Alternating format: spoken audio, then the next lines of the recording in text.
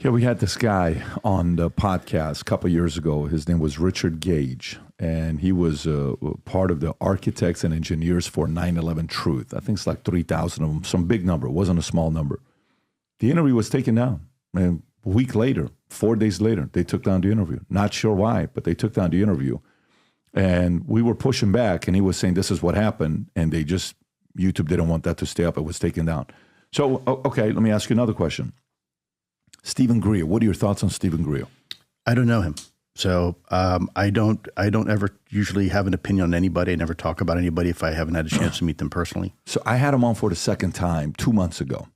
And are you familiar with Sean Ryan, podcaster Sean Ryan? Mm-hmm. He had Greer on. Rob, can you pull up that one clip?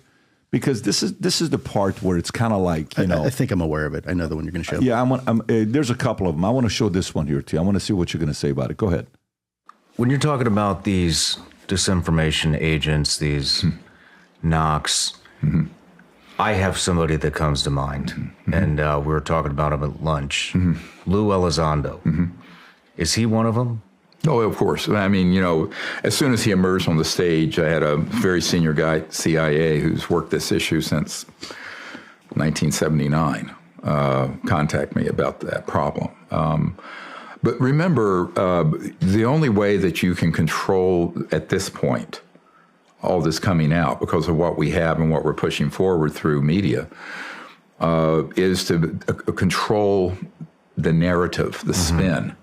So the people coming forward who get an all-access pass on to, say, 60 Minutes or something like that, are people cleared by this same illegal, corrupt organization because they'll tell the public, yes, the UAPs are real, but we don't know what they are. Well, this is an absolute lie. We absolutely know what they are. Some of them are ours, man-made, and are confused quite frequently with the others, which are of extraterrestrial origin, or ETVs, extraterrestrial vehicles. And those operatives are taught very well to take an issue, grab it, capture it, and then spin it in the direction that they want. Now, the direction they want is endless ambiguity. Gee, we don't know what they are. We don't know what they are. It's nonsense. We've proven what they are. Well, I have 755 whistleblowers. You have 755 whistleblowers? Yeah. I mean, this archive is unbelievable. You had mentioned that you... What do you think about what he says? Because, well, where are the whistleblowers? And I'll tell you, isn't he the same guy they wrote an article about, if I'm not mistaken, who apparently was accused of taking people on a tour and then paying some dude to pay, like $500 to drop flares out of a Cessna? Is that the same guy? I don't know that. I think there was an article. You can. I think it was done by the Debrief, I think. Anyways, my mom always told me if I have nothing kind to say, don't say it at all. So I've never met the man, but it's nonsense. I don't know what to tell you, man. I mean, look, where are the whistleblowers?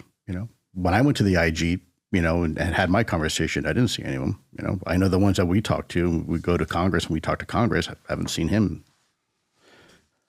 This is the one you're talking about? That's it. Likes to suggest that he is a regular contact with extraterrestrials. Can I kindly in a person begins to document close encounters of the fifth kind, but is really contact with them? The U.S. military, I'm very confident UFOs are unknowns, not belonging to China, the U.S. or Russia. He said, I'm not convinced that these objects, with Greer seen, tuition fee, week-long tuition for $2,500 or $3,500.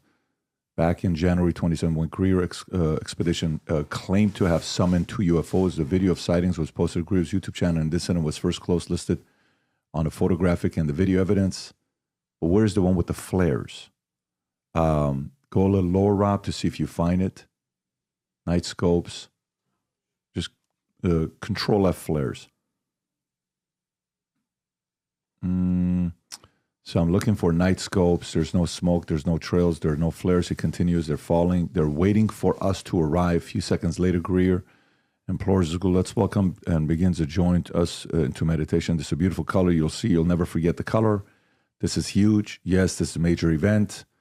At 3 minutes and 32-second mark, the first light disappears, ignoring the light slow but obvious altitude declines. Greer states that They've stayed pretty much the same altitude, though. Let's invite them to come to us close.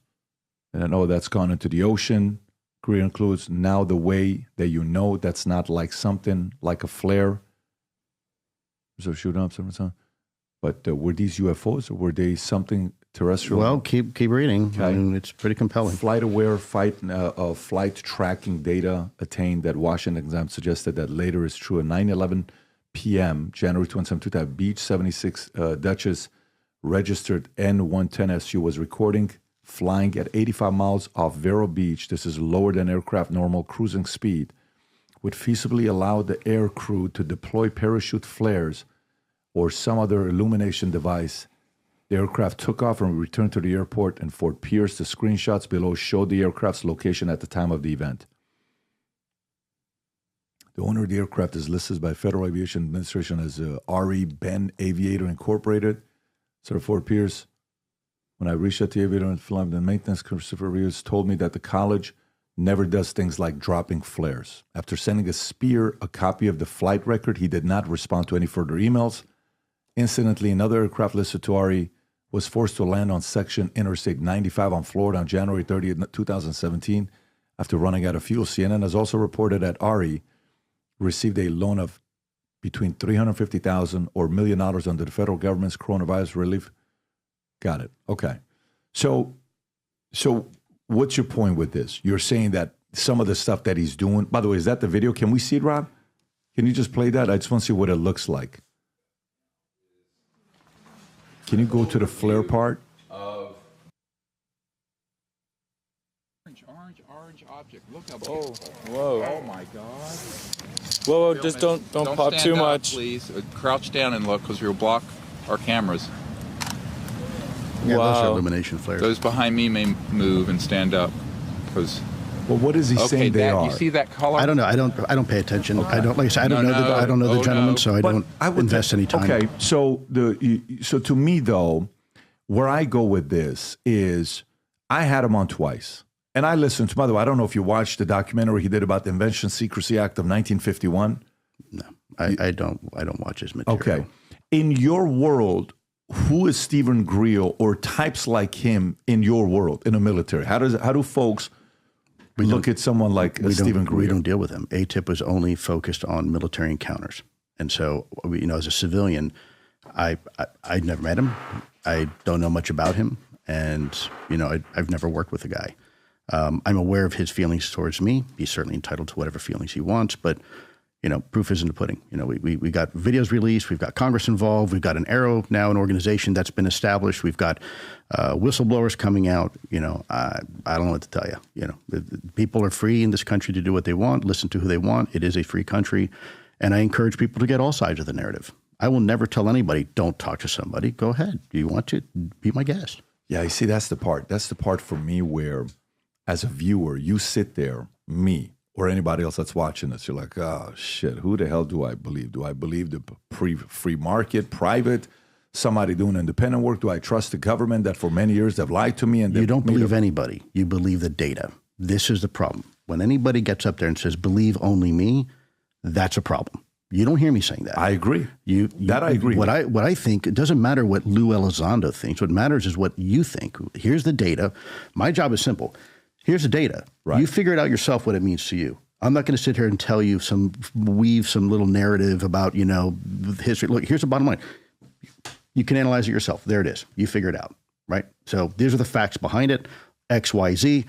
Here's the videos. Here's FLIR footage. Here's the telemetry. Here's the study and the analysis that's been done. Here's the radar returns. Here's the eyewitnesses. What else you want? That's up to you at that point. That's the problem I have with a lot of people out there who prescribe narratives, right? Like, oh, this person's a disinformation agent. Do you even know what that means? Have you ever held a security clearance? You have never been in any meetings I've been in, So this is my trouble I have with people. And this is why when people ask me my opinion, I don't really like to share it because I've learned one thing in the intelligence community. You can be absolutely sure of something and still be absolutely wrong. And that's important because I know my own limitations. I'm the first person to say, Lou, what do you think about this? You know what? Doesn't matter what I think. What matters is what you think. Here's the data.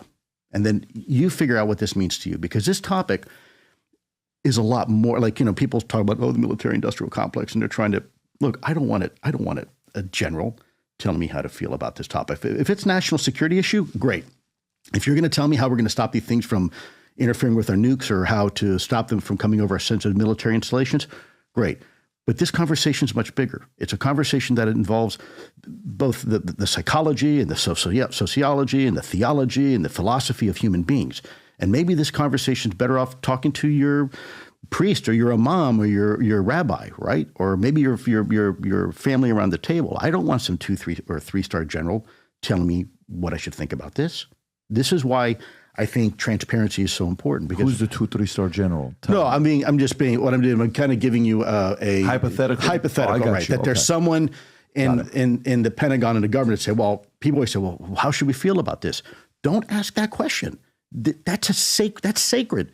Don't just give it away easily to somebody to tell you what the narrative is. You figure that out. Yes, you're going to have to engage your brain. You're going to have to actually work that gray matter in there, but you'll be better off. Trust me. Don't be so quick to give up your ability to think.